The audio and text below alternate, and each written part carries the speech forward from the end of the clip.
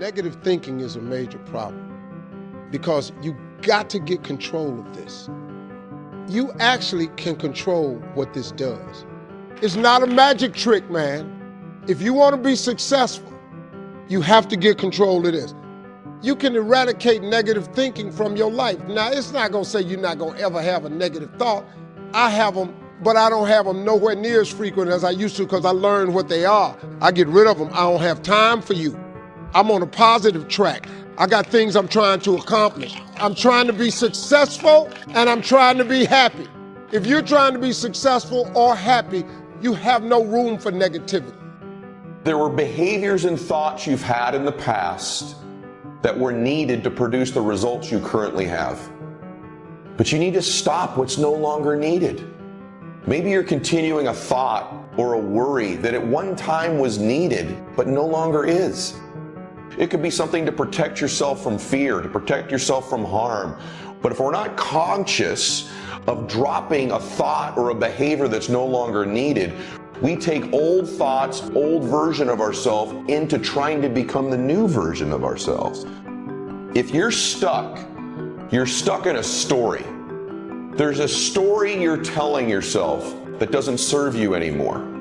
But what you need to do is you need to alter your associations. You need to do something in a short window of time. You definitely need to evaluate what is no longer needed. There's all kinds of stories we tell ourselves that don't serve us anymore. Maybe it's a story about your past, a story about your parents, a story about a success you used to have. You keep talking about, if I can be real with you, whatever you've achieved up to this point, that story you keep talking about, every second you spend in that old story about what you've achieved, your degree, every time you live in that story, you're stripping time and focus from the new story. You can't have a new identity without a new story. What's the old story you keep repeating? Maybe it's not a success. Maybe it's a failure that you've had, a mistake you made. And you're repeating this story to yourself, simultaneously trying to create a new identity. One of the things we have to do to create a new identity is to begin to tell a new story. Who are you now? What are you all about now? Where are you going now? See, here's what's amazing. At any point in your life, you can just decide to write a new script. The leading character in the story of your life is you. And guess what? You and God control the script. Listen to me. At any time you want, you can simply decide to be a new character. Stop telling the old story. Here's the truth. Nobody cares. No one cares if you've had a setback. No one cares if you had a victory. And that old character you keep playing is the very thing that will prevent you from becoming this new version of you. Nothing will ever turn out as we expect. And so no matter how much we prepare for one turn of fate, something will sneak up from the blind side. When that time comes, as it will, the people who survive and even triumph over the unanticipated will be people who are ready to adapt. They will step out of the path of the charging bull. They will step back and let something else bear the brunt of impact. It's always been important to be flexible and far-sighted, and when we can't anticipate, being prepared for all possibilities. In life, you will always be faced with a series of God-ordained opportunities, brilliantly disguised as problems and challenges.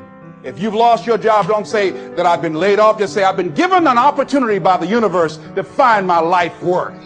Now you're taking it from a different perspective. Now you become an active force in your life. Now you are the one, rather than running from things as they begin to change, you become a change driver because you know that you've got the power within you to make the difference. This force, this power, this energy that you have, that's more powerful than anything that can ever happen. You're more powerful than your circumstances or anything that you can experience right now. Decide that you're going to commit yourself to act on your ideas, to become happy. Commit yourself to live your dream. Commit yourself to become the architect of your future. And it really, as you begin to operate out of this consciousness, you begin to experience a different level of living in terms of commitment.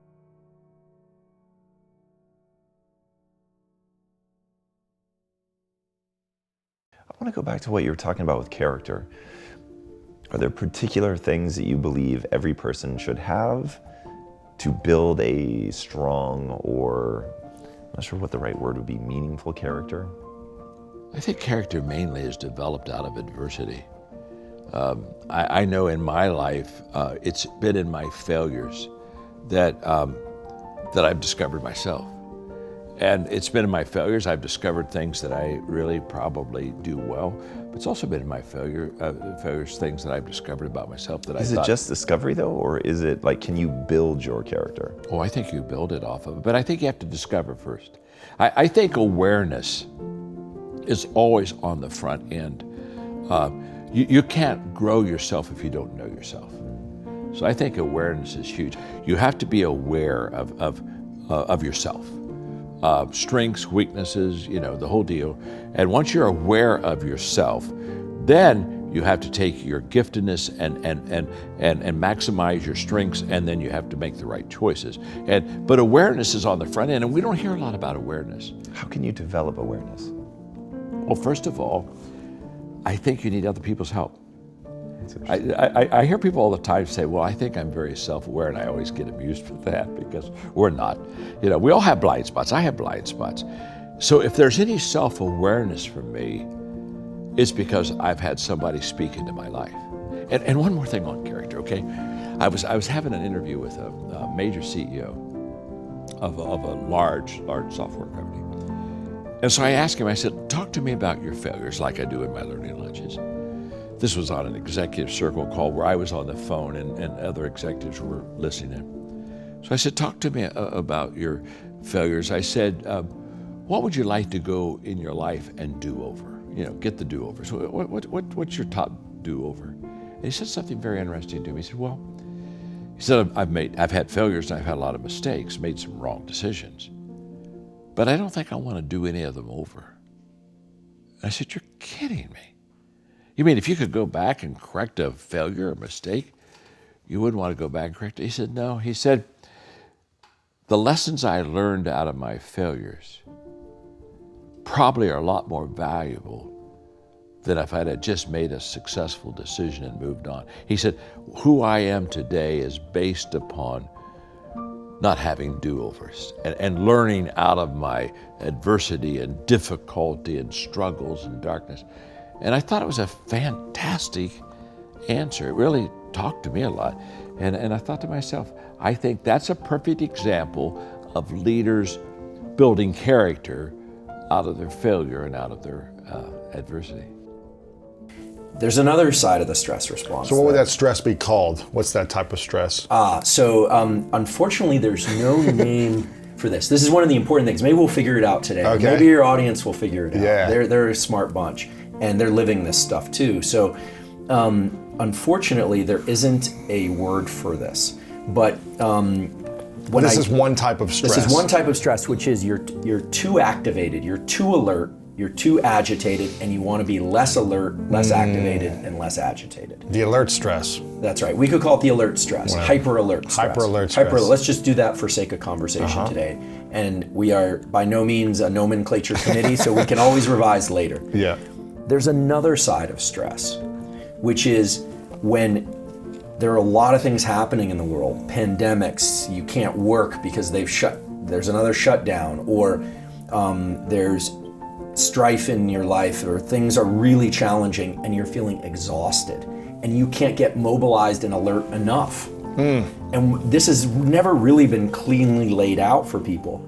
That in what I call the whole process is one of limbic friction. Okay, so the limbic system are these areas deep in the brain. Limbic literally means edge. They're near the edge of the brain. And when we're stressed, there's a lot of activity in these brain regions. And then we got our forebrain, our prefrontal cortex for the aficionados. And when we're in a thinking and calm and deliberate and rational manner, when we can control our body and our mind, it's called top-down processing. We're controlling ourselves. But there's a lot of friction with that limbic pathway. I promise I'll get to the practices soon. So when there's this friction, we can call it limbic friction for sake of discussion. you can't control all those impulses and all that anxiety or fatigue for too long. And in fact, as you get more tired, or if someone has frontal damage, if they have brain damage to the frontal lobes, what you find is they become more impulsive. When they feel like sleeping, they just sleep, even if it's socially inappropriate. When they feel like yelling or screaming or swearing, they just do that. And so there's two kinds of limbic friction. One is when we're too activated and we want to calm down, and we're trying to say, okay, calm down. Don't say the thing that you shouldn't say. Don't do the thing you shouldn't do. And then there's the other kind of limbic friction, which is the world is happening really fast and we feel buried, we're overwhelmed, and we need to get more activated. We need more energy. We need more energy. We need to be able to lean into life, and we're feeling overwhelmed. What's that called? Well, we should come up with a name now. So that would be exhaustion stress, yeah. or overwhelm stress, or overwhelm stress, or now a lot of people start giving these names to things that sound almost like clinical syndromes, which sometimes they are, but they'll say things like adrenal burnout, which actually doesn't exist. Adrenal fatigue. Now there is something called adrenal insufficiency syndrome, which is a real medical condition where people can't actually produce enough adrenaline. But most of us have enough adrenaline in our bodies to last 200 years, 2 lifetimes. So the adrenals don't really burn out. What happens is people are so overactivated, they're in this alertness, hyper alert stress for so long that eventually they kind of crash into the over fatigue stress. Okay. So one turns into the other one. Right. So the first thing for anyone trying to navigate stress, and then we'll talk about trauma, is to understand in what kind of stress they're dealing with. Are you exhausted and having a hard time getting your energy up? Or is your energy too high and you're having a hard time getting your energy down? Because the solutions to those are often quite different. So on the previous time we met, we talked about a tool for calming the body very quickly, which is this double inhale, long exhale. Typically the inhales are done through the nose, the exhale through the mouth. So the physiological sigh, which was discovered by scientists in the 30s, and then Jack Feldman's group at UCLA has really identified the underlying brain circuits, and then my lab is now looking at this stuff in humans in a kind of more clinical setting. That double inhale, followed by an exhale, we know is the fastest real-time tool for taking one's state of alertness down. The hyper alert stress. Right. You're not going to crash into sleep, but you're going from you're not feeling good, you're too agitated, you want to calm down. And what's interesting about that tool is it speaks to a principle, which is it's very hard to control the mind with the mind. So when you're stressed, just telling yourself, don't stress, don't stress, don't stress, calm down, rarely works. It also rarely works to tell someone else to calm down. To relax. Hey, relax, yeah. Usually it has the opposite effect. Don't tell me to relax. And it can be damaging for relationships. If you've ever, someone's really stressed and you tell them to relax, sometimes it actually can create more friction and they don't feel supported. What should they do in that moment? They should look to the body. The nervous system includes the brain, but also all the connections to the body and back again. And so when you can't control your mind, you want to do something purely mechanical, like the physiological sigh. Because that, once you take control of the body in that way, then the mind starts to fall under the umbrella of this top-down control again. Top-down control is what children and puppies don't have. If we had I've got a 10-year-old bulldog. His name's Costello. He barely does anything now because he's Costello. But when he was a puppy, everything was a stimulus. He would walk over, pick up a cord, and chew on it. Then he'd drop it, and he'd pivot to something else. And it's because they literally have no prefrontal cortex wired into this limbic system. They don't have this suppression. So there's no friction. The limbic system just does whatever it wants. And actually in humans with frontotemporal dementia, and in certain people who have frontotemporal brain damage, they become very impulsive. Who are you going to be? How you plan to live your life every day? How are you going to respond when you don't get that job you had your heart set on? For all of you who are going to be teachers, what are you going to do if the students in your class next year just don't respond to your lessons? For all of you going into business, how will you react when your boss gives you a goal that feels way too high? See, these are the moments that define us. What is your purpose? What are you here for? What do you want to do? And I said, I'd like to understand God realization. I'd like to be able to understand and live from that place where God is within me and I know it. The importance of meditation, I can't stress it enough. You have to go to the silence. You have to go to the place within that can't be divided. Think about it. Silence is the only place where you can go that you can't divide it. You cut it up and you still got more silence and more silence. And it is in that silence, in that meditation. Once you're in that state of God realization, you'll understand things like your intuition. And being honest with yourself is hard. Being your biggest critic, do you know how delusional? Do you know how hard, like, my friends, we are so good at casting judgment on everybody else. We're unstoppable at that. Keyboard warriors on Twitter, everyone. We're not doing that to ourselves. Now, do not confuse that with you're grinding and the company hasn't turned yet and now you're gonna bail too soon. Everything is about balance. Here's my bigger question. If you're in year 6 of your company after this little rant and it's not crushing, but you're happy as fuck, you won. I was willing to inconvenience my entire life. My entire life. I was willing to disrupt my entire life to buy my future, to buy my possibility, to give my dream a chance. See, we're not supposed to tuck our dreams in on the pillow when we get up in the morning. We're not supposed to leave them at home. We can go and fulfill somebody else's dream. We're not supposed to do that. That's not what we're wired to do. That's not who we are. What do you want to create? It's not keeping score. Your brain is keeping score because your brain is designed to keep you safe. What was hard for me is deciding to work hard, deciding to use my gifts in certain ways, to challenge myself, to do things that I didn't think I could do, to put myself in uncomfortable situations.